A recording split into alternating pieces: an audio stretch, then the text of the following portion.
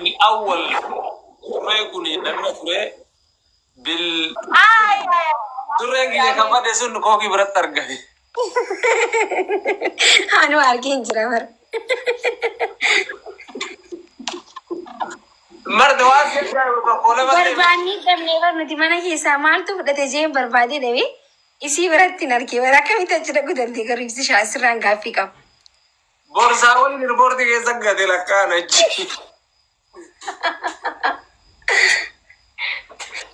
Ibsi kaleessa Fatiyaa dhukubee ture baga fayyite jeen. Bannaashi Fatiyaa baga fayyise. Amiin ibsiyee. Akkuma si fayyise kana kookeetillee haa fayyisu. Lakki kan koon kan si addaa ibsi akka du'aayin akkanaan taatu. Dhibee wal dhibaa barbeektaa wal jala darbaa dhibee.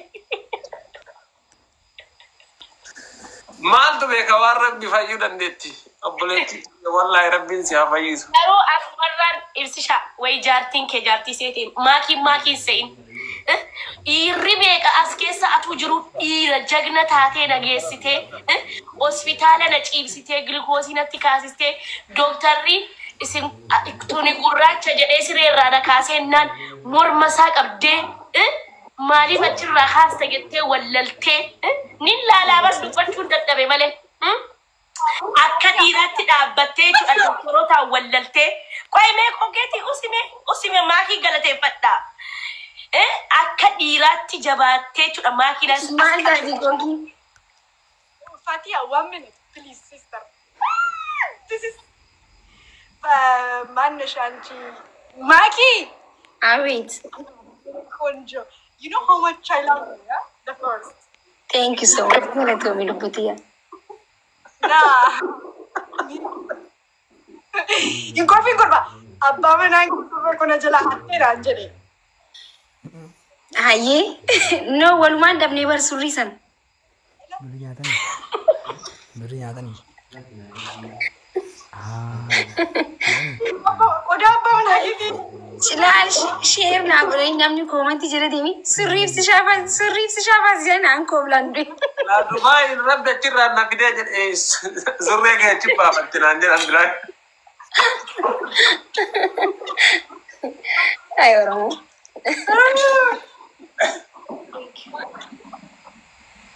Surree jaarsa keetiidhaa kun akka laaltutti qola. Attaaf godhaa. Cilaal kan. Walla surree ibsishaa tokko viidiyoo hojjetee ture surree akkanaatiin keeti. Taanmee wal kan ibsishaati tun. Fatia. Tuni kan ibsaati surreen keetii miti kokeeti. Kokeetii dhage Oromoon guutuun kan ibsishaa jee hiriira si bahu jira. Jee mee ol qabi kokeetii ol qabi mee saa viidiyoo irratti argeera. Jee keeti ibsishaa keeti laa ilaaha illallah Muhammad Rasulallah.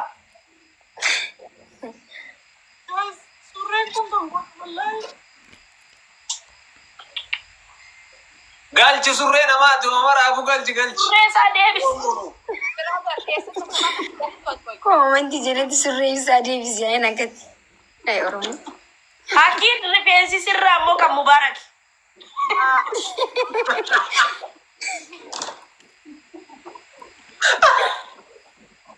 Mubaarakiidha. Haara kooblaan hojjeessan kan Mubaarakiin jenne. Inni kooki ani bakka siifal mudeema namni waa hunda nu jala haatti isin jechuun jiran bar. Wallahi maki sagalee naaf ta'e ba'acha. Rifeensi kan Mubaarakiif kan as dhiyoo itti dabalame kan jaraati. Dhagaya takkanaan deemti surreen kiyya jee rifeensi qabu. Viidiyoon hojjedhaa sagalee. Haara Fatiyaan Fatia, dabbaalee keessaa qaba. Kan dabbaan wanta. Yaa jarri dabbaan kee watanii karakkoon.